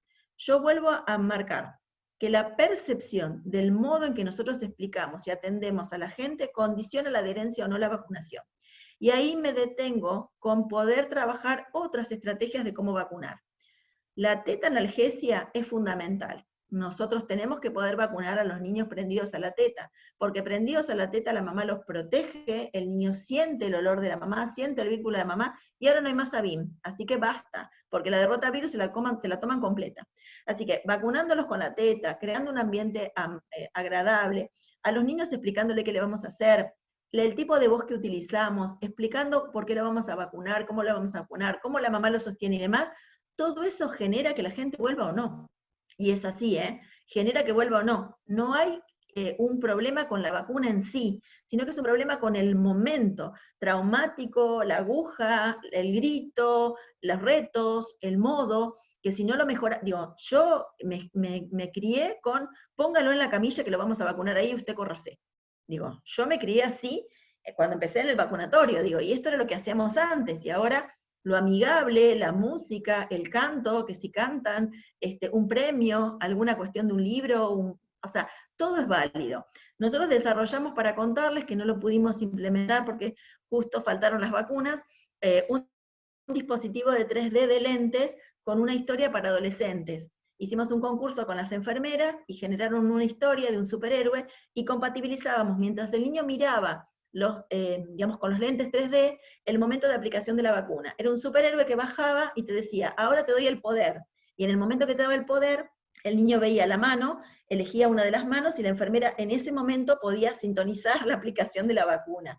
Digo, esto es lo que se viene. Los niños están con la tecnología, los niños están con las historias, y uno tiene que poder ayornar la vacunación a la adherencia o no en este sentido. Lo segundo que es importante es que a veces la gente desarrolla empatía con una persona que no necesariamente sos vos.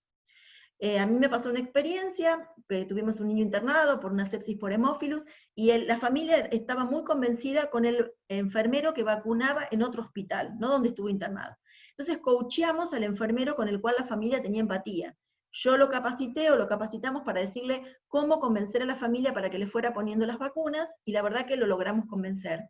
Y la otra cuestión es que uno intenta con este grupo trabajar vacuna por vacuna, sobre la percepción de la enfermedad, sobre la percepción de la vacuna, por qué protege, cómo protege, qué le puede ocurrir, dejarle un celular como para que si algo ocurriera con ese niño se sientan protegidos y se sientan acompañados. Y finalmente, cuando esto no ocurre, creo que uno tiene que trabajar con un equipo interdisciplinario para que con trabajo social se valoren otras circunstancias y que finalmente uno llega, lamentablemente, si no a la judicialización. pero me parece que antes de la judicialización hay mucho por hacer.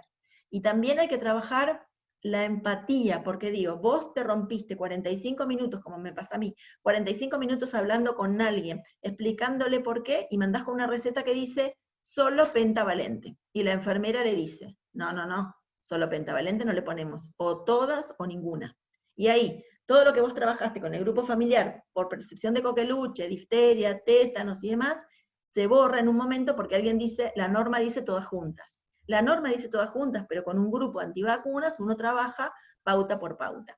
Hay un trabajo interesante que está haciendo la gente del Gutiérrez, que yo se los copié ahí, con Vanessa Castellanos, que es interesante al que se puede consultar al Gutiérrez, porque ellos tienen una unidad de reticencia a la vacunación, que me parece muy interesante para cuando uno tiene conflictos, para poder empezar a trabajar en conjunto con el Gutiérrez, que tutoree cómo abordar grupos antivacunas.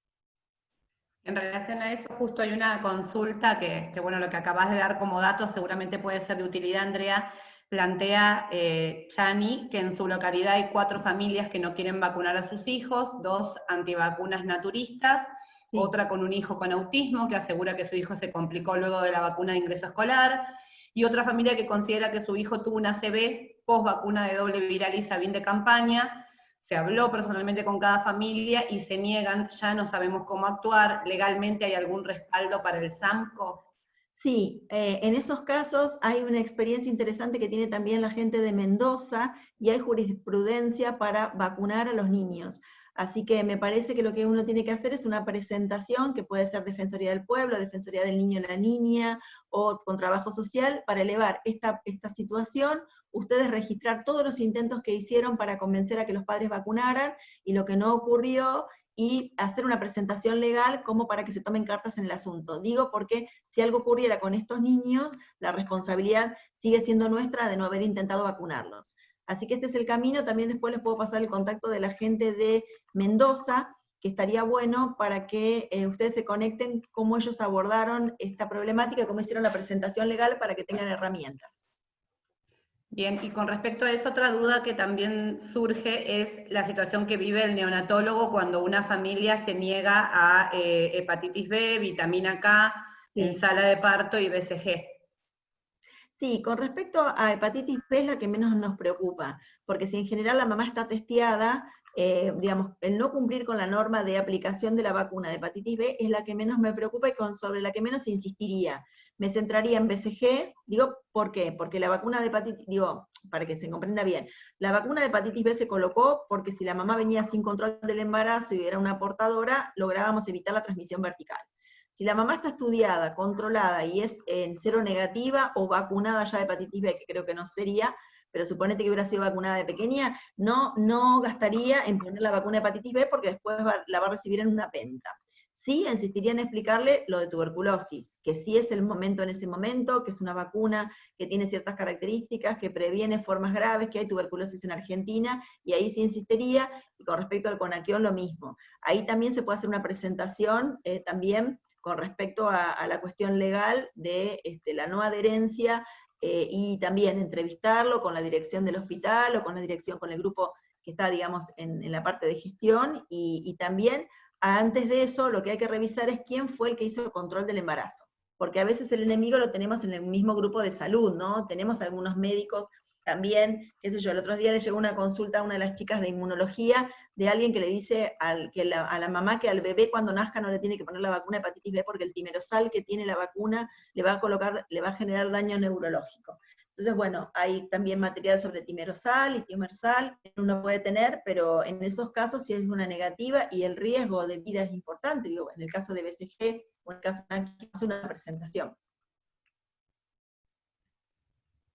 Bien. Hay una pregunta, Andrea, pero que vuelve a hacer referencia de lo que veníamos hablando, de la Neumo 23. Creo que algo ya se habló, si se revacuna cada 5 años porque han tenido pacientes oncológicos o que pasaron una neumonía y el neumonólogo se lo recomendó cada 5 años. No, No, ese es un error de concepto y está muy clara la norma nacional con respecto al secuencial. El secuencial divide dos categorías. Divide la categoría de aquellos que tienen problemas en un órgano especial del cuerpo que predispone a infección invasiva por neumococo, que serían cardiópatas, diabéticos, patología pulmonar recurrente, pacientes con trastornos neurológicos y neumonías aspirativas, que vos la pones una única vez y va a recibir solo un refuerzo a los 5 años, la 23 estamos hablando, ¿no? O sea, siempre largan con la 13, recuerden que los que no tienen 13 largan siempre con la 13 porque es más inmunogénica, y al año este grupo hace una 23, y a los más de los 65 recibe la segunda dosis. Mientras que si es oncohematológico, insuficiente renal, implante coclear, fístula de líquido cefalorraquídeo, o esplenectomizado o esplénico orgánico, ellos hacen sí un segundo refuerzo a los 5 años y nada más. No es refuerzos sucesivos, porque son solamente los de alto riesgo, 2 refuerzos, y luego de los 65. Y los que son de riesgo, pero no tan alto, una dosis y un refuerzo más de los 65. Y aunque vengan con receta médica, vuelvo a repetir, si la norma no te dice eso, uno no va a aplicar la vacuna, aunque venga con la receta del ministro, decía yo cuando era ministro. Pero en ese caso tenía base científica. Con respecto, Andrea, a esto que planteabas de la responsabilidad legal, que creo que es un punto donde todos nos paramos un poco, sobre todo en esto de la antivacuna, ¿dónde está el límite? O sea, ¿cuánto tiempo? Entiendo que es individualizado, pero ¿hasta dónde uno en este proceso de trabajar la información, la comunicación y tratar de convencer y en base científica decidir con qué vacuna empezamos y todo, hasta dónde uno no tiene algún nivel de responsabilidad legal? Porque la norma, sobre todo la nueva ley de vacunación nacional, que implica la obligatoriedad y que tiene la gente de salud de denunciar la situación, ¿cuál es el límite finito ahí? Bueno, ahí me interesa lo que vos tocaste. La nueva ley de vacunación nos va a dar una herramienta muy fuerte. Yo estoy actualmente en la Comisión Nacional de Inmunizaciones del país y se está trabajando la reglamentación de la ley. A mí me parece que esto es muy importante porque había un vacío legal con respecto a la ley, y me parece que esta nueva ley es muy, muy completa y permite tener herramientas. Yo lo que digo que siempre el límite está vinculado con la cuestión vincular, la cuestión de si uno es único o no, personal para atender a ese niño, porque también como los padres pueden elegir atenderse o no, en un determinado, también es una presentación que no puede, una cumple, digamos, la pauta de diarrea, como que no cumple la pauta vacunal, como que no viene a los controles, y también tiene que trabajarlo con trabajo social a eso y dejarlo registrado. A mí me parece que en general, si uno hace registro, muestra que uno intentó de todas las maneras y demás, el límite lo pone cada uno de nosotros. Hasta dónde uno llega tratando de convencer y hasta dónde uno llega diciendo me cansé, ya no tengo empatía con este grupo familiar, lo paso o voy informando a las autoridades y a trabajo social que hasta acá llegué. Esto me parece que es el límite. El límite es individual y es también de tolerancia de cada uno de nosotros. Y en ese sentido, volviendo a lo de la neo, la responsabilidad de que por ahí el neonatólogo que recibe el chico no es el que después va a hacer el seguimiento. No. ¿Cuál sería la conducta para tomar la institución? Para mí la conducta en ese caso es que vos en esa guardia que te toca, o a la mañana cuando te toca, si los padres se niegan o tienen, muchos de los padres, yo me he encontrado con algunos padres que llevan ya una nota formal con un abogado redactada que no permiten que el niño sea vacunado. Bueno, si esto ocurre, vos la adjuntás en la historia clínica, y digo, en ese caso, lo que más me preocupa es el conaquión, que deberá valorar el neonatólogo esta urgencia o no, porque digo, la de hepatitis B, si la mamá es negativa, listo, y si la mamá no tuviera serología, yo lo que haría es tomarle una muestra a la madre para decirle, bueno, sí, puedo postergar esto, pero si usted se hace un análisis, y con respecto a BCG, el tiempo es lo antes posible, pero al día siguiente, con esa nota que ellos trajeron de que no quieren vacunar, yo ya lo pasaría a la cuestión, al área legal y al área de trabajo social de tu hospital, para que tomen cartas en el asunto, registrando la historia clínica. Se ofrece, se explica, se indica, se niegan, valorando que el paciente puede continuar el día sin vacunarse. O sea, distinto es una transfusión, pero digo acá, que vos no le pongas la hepatitis B o no le pongas la BCG hoy, no implica que mañana se va a morir por eso. Pero explicando todo eso y marcando que este paciente esté registrando dónde se va a controlar, quién es el médico de cabecera, intentar de hacerlo.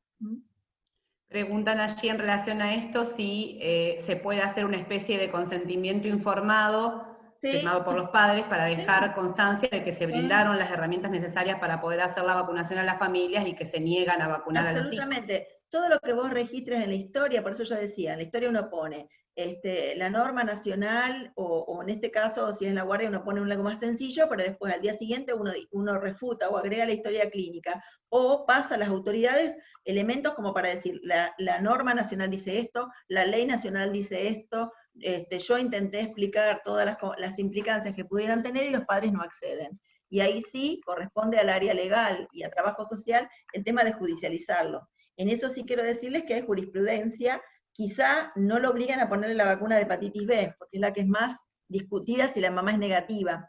Quizás sí la vacuna BCG, marcando la tasa de incremento de casos que hay de tuberculosis, en este caso, en este contexto de pandemia, es altamente probable que la tuberculosis recrudezca, que un niño pueda morir, que un niño pueda tener una miliar, que un niño pueda tener una meningitis tuberculosa, es para el juez seguramente algo muy valorable. Ahí plantean en el foro el tema de la vitamina K, que aparte entiendo no tiene tanto marco legal como lo tienen las vacunas. Y comentan María Redenta Pastorelli, nosotros la hemos dado vía oral a la vitamina K 2 dosis.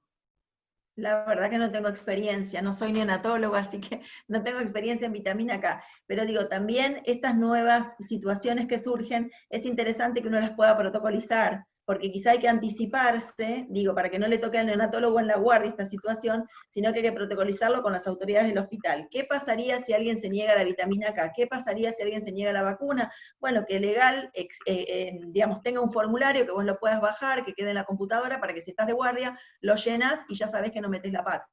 Todo lo que uno pueda protocolizar descomprime al que está de guardia y que tiene que tomar una decisión salomónica, ¿no? Lo mismo que las hojas de información para el paciente. España maneja una de vitamina K, sí, donde se le explica al paciente el riesgo que tiene y todo con una base científica. Exacto. Claro, pero por eso digo, tanto que vos te encuentres con una situación de que venga con una nota de abogados y que vos ya tengas hablada a tu área legal para decir, si viene con una nota de abogados, ¿qué hacemos? ¿La pego en la historia clínica? ¿Le hago firmar a los padres?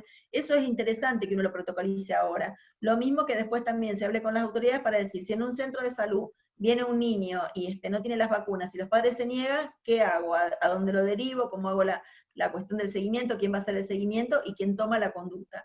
Porque a veces la conducta tiene que tomarla alguien externo, porque digo, el que está en el centro de salud, en el mismo barrio, con la misma población, puede ser agredido, entonces me parece que un externo tiene que intervenir, sobre todo, el de la guardia vos lo ves hoy y no lo ves más, pero en el caso de un centro de salud es más complejo. Sí, por otro lado, la importancia de uniformalizar las intervenciones, exacto, porque donde hay gente que es antivacuna y nadie hace una intervención, y vos haces una intervención legal con un paciente, sos el malo de la película y...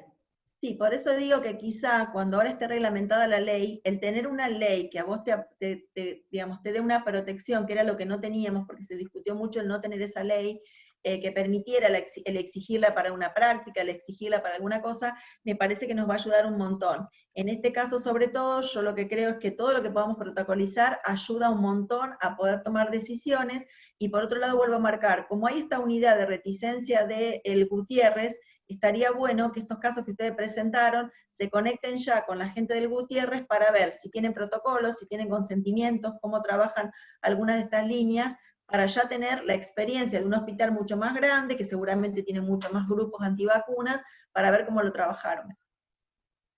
Sin reglamentar la ley, Andrea, todavía no estaría vigente. Sí, las leyes, yo lo que aprendí de la época de la gestión es que en realidad la reglamentación es el análisis de algunos artículos, pero la ley, una vez que está sancionada, esto que te dicen que como no está reglamentada no está vigente, no, la ley está vigente.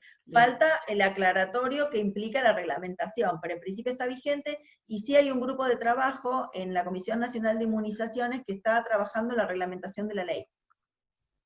Excelente. Preguntan en el foro, disculpas por reiterar la pregunta, en el adulto esplenectomizado mayor de 65 años, ¿la vacuna Neumo 23 se aplica cada 5 años o no hace falta? No, si el adulto lo esplenectomizaste con 65 años o más, lleva una dosis a los 65 años, primero de 13 valente, y a los 2 meses de la 13 valente, una 23 valente.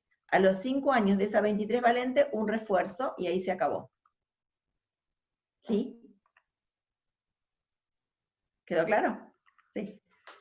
Creo que sí, Liliana Alacid preguntaba, no la veo conectada, sí, pero queda. sí, gracias, nos agradece ahí en el foro. No sé si hay alguna pregunta más. Por supuesto, Andrea, es el encuentro en el que más preguntas e inquietudes se han volcado hacia vos, como siempre. Por supuesto, te cuento ¿qué pasa? Perdón, todo el agradecimiento, están todos los colegas escribiendo lo agradecidos que están a tu presentación, lo clara que sos siempre, excelente exposición, brillante.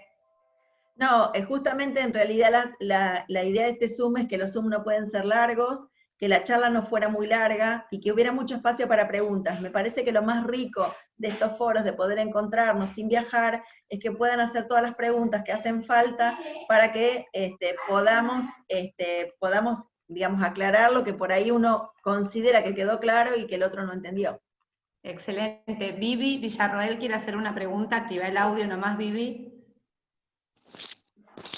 Hola Andrea, buenas tardes. Hola, Muchísimas gracias por tu tiempo. Excelente para nosotros como siempre. Es una inquietud personal desde que surgió la vacuna Vexero. Sí. He tenido la oportunidad de escuchar a mucha gente del laboratorio, por supuesto. Entonces te surge la duda de decir la indico o no la indico en el consultorio.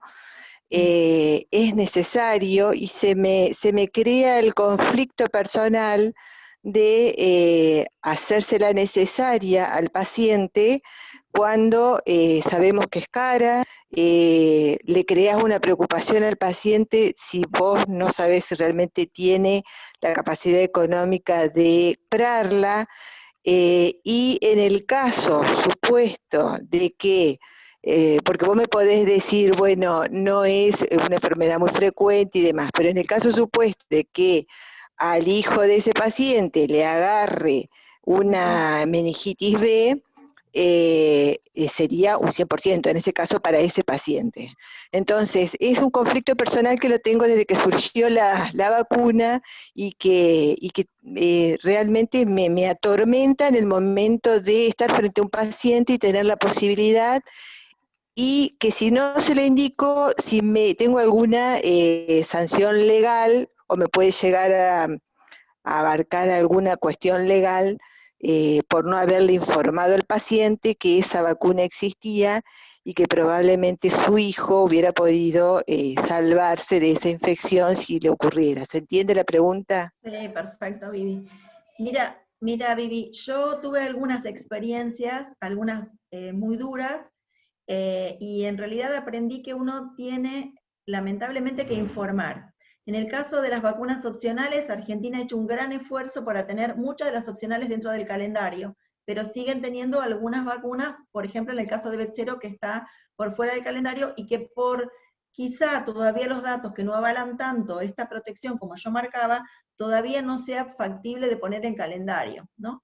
Entonces, a mí me parece que lo que hay que hacer es imposible no avisarle al paciente que la vacuna de meningococo que recibe le está cubriendo un 40% de lo que hay circulando, y que hay otra vacuna, porque el serotipo B está circulando, el serogrupo, perdón, B está circulando, que existe en el mercado y que está. Yo tuve una única experiencia con una polio, por un niño que a los 2 meses recibió Sabin y que hizo una parálisis flácida por Sabin. Me lo recuerdo siempre, el papá era verdulero, y el papá lo único que me dijo fue, a mí me hubiera gustado que me explicaran que había otra opción. No importa si yo tenía la plata o no, no era su problema, doctora, cuando hicimos todo el seguimiento, ¿no? Y ahí comprendí que la información es fundamental, que yo debo informar y que la decisión es de los papás. Me pasó con unos compañeros, médicos ambos, cuando la Prevenar no estaba en calendario, si la compraban o no la compraban, yo di toda la información y ellos decidieron no ponérsela, y la niña hizo una infección invasiva a neumococo. Yo me quería matar por no haber insistido más, y ellos me dijeron, nosotros decidimos no ponérsela, vos nos explicaste cuáles eran los pros, cuáles eran los contras. Entonces, ¿qué rol es? Tratar de las sociedades científicas por lograr disminuir la inequidad para que todos tengan la misma oportunidad. Digo, lo de polio para mí fue un lograzo, porque yo padecí con Lautaro la situación de un niño que quedó con una secuela por una parálisis asociada a la vacuna, que era diferente a tu niño que a lo mejor, o a mi nieto que a lo mejor podía recibir la sextuple. Digo, este es un escenario. Otro escenario es informar que esto existe, es informar cuál es la situación epidemiológica, es informar el riesgo de acuerdo a la edad, y es informar que lamentablemente no está en calendario. A partir de ahí, uno lo escribe y lo redacta. Me ha pasado con casos graves de varicela de niños que el pediatra no había informado que la vacuna podía estar disponible, que terminaron internados graves, y ahí sí hubo problemas de los papás demandando por qué el pediatra nunca les había informado a un chico de 8 o 9 años que la vacuna varicela existía. Digo, la verdad que en este contexto donde la gente, primero, digamos, te genera esta situación de preocupación hacia vos porque no lo puede pagar, pero luego, cuando ocurre el evento, sos vos la culpable de no haber informado, mi mensaje ha sido, siempre informo, siempre registro, y la decisión la dejo en manos de los papás. Que lo piensen, le puedo citar información para bajar, le puedo citar opiniones de expertos para que lo revisen, pero es la decisión de los papás vivir. En cada una de las prácticas que uno tiene que hacer en esta vida, tiene que cubrirse con esto de decir, si a alguien vos le decís, mirá, sería adecuado que vengas mañana a control, que le saques la placa, y no vienen, bueno, la decisión de los papás fue no venir, se lo citó adecuadamente, porque digo, uno tiene que también cuidarse, porque lamentablemente el 90% de la gente tiene un excelente vínculo, pero cuando ocurren determinados eventos, y yo he tenido que revisar lamentablemente muchos juicios para pediatras y demás, y uno encuentra estas situaciones, flojos de papeles porque no escribimos, flojos de papeles porque no registramos, que informamos que esto estaba, y después ahí tenés alguna situación como para valorarla, ¿no? Muchísimas gracias, Andrea. Y el énfasis, Vivi, es cuál es la prevalencia de la enfermedad. No es lo mismo informar en esto de un adolescente para B, donde el peso del B en el adolescente es muy bajo, que decirte, por ejemplo, en el caso nuestro de Santa Fe, que el 99% de los lactantes tienen meningo B.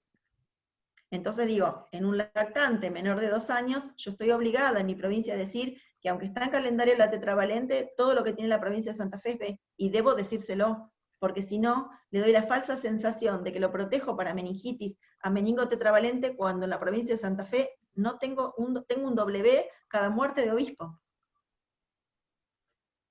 Quizás una de las cosas más complejas ahí es en el sistema público de salud, donde uno ve que la mayoría no va a poder tener el acceso económico y la carga esta de la información, cómo se vive, y con el tiempo que lleva a informar, ¿no? Sí, pero por eso te contaba que este señor era verdulero, y él era un hospital público, era un señor verdulero, pero él estuvo muy bien cuando dijo, no me explicaron que había otra opción, no me explicaron que esto podía pasar. Digo, yo aprendí ahí que uno no puede menospreciar el cómo informás al otro, quizá el modo de informarlo o el lenguaje tiene que ser diferente, pero tenés que darle la oportunidad que pueda decidir. Cuando yo estaba en el vacunatorio me reía, porque cuando en ese momento la vacuna de varicela no estaba en calendario, al año le regalaban plata a la familia y juntaban, en cambio de comprar un regalo, para regalarle la vacuna de varicela. Y venían al año, nosotros teníamos ahí una fundación en el hospital, que era mucho más barata la vacuna, el 50% menos, y venían al hospital diciendo, hoy venimos a poner la vacuna de varicela porque se la regalaron a la familia. Digo, a veces esto puede ocurrir o puede estar, o a veces uno no lo puede imaginar, pero digo, el informar me parece que es la clave. Y ahí también tiene que ver con cómo posicionamos nosotros el valor de la vacuna en la comunidad, qué mensaje les damos también, tal cual. Preguntan, vacunación con HPV en adolescentes, ¿hasta qué edad? En Argentina, y en principio la regulación de los límites están de 9 a 26 años. Lo que uno tiene que trabajar es regulado, explicar que uno hace una vacunación previo del juego sexual y demás, la protección es mayor, y que en la medida que esto se va extendiendo y que uno tiene distintas parejas sexuales y que utiliza más o menos protección en las relaciones sexuales, que hay que insistirlo también, la protección va bajando. Sin embargo, uno tiene que informar en esto, y también la decisión dentro del marco de lo que está aprobado por la vacuna, que es hasta 26 años, se puede aplicar. Fantástico. Y preguntan, un niño de 9 años, ¿cuántas dosis de Bexero? Son 2 dosis. Bexero llevan 2 dosis en niños y adolescentes y adultos. Son 2 dosis separadas por un mes. Excelente. ¿Desde qué el cuadrito ahí yo? Bueno, toda la información que seguramente todo el mundo va a querer tener va a ser reenviada a todos los participantes del curso, que Dora tiene el listado, y si alguna otra persona no está haciendo el curso completo y participó hoy de la charla de Andrea y seguramente quieren tener el material, envían el mail, la solicitud al mail de la SAP y se les envía el material. Bueno, todos te agradecen. Bueno. Creo que nada, más que agradecidos todos, y por el tiempo, por la dedicación, por el material que tomaste tu tiempo para preparar.